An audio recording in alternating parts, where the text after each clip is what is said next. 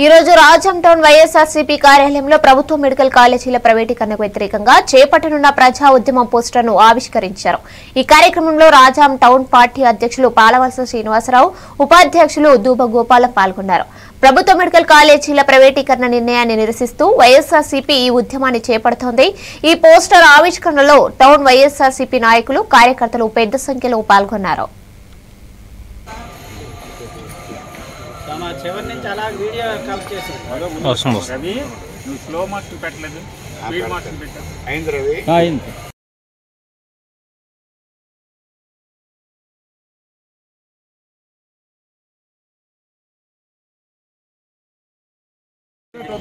మీరు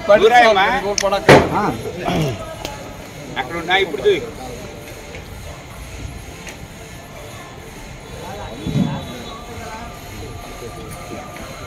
చివరి నుంచి అలా వీడియో కట్ చేసి రవి నువ్వు స్లో మార్క్స్ పెట్టలేదు, స్పీడ్ మార్క్స్ పెట్టావు.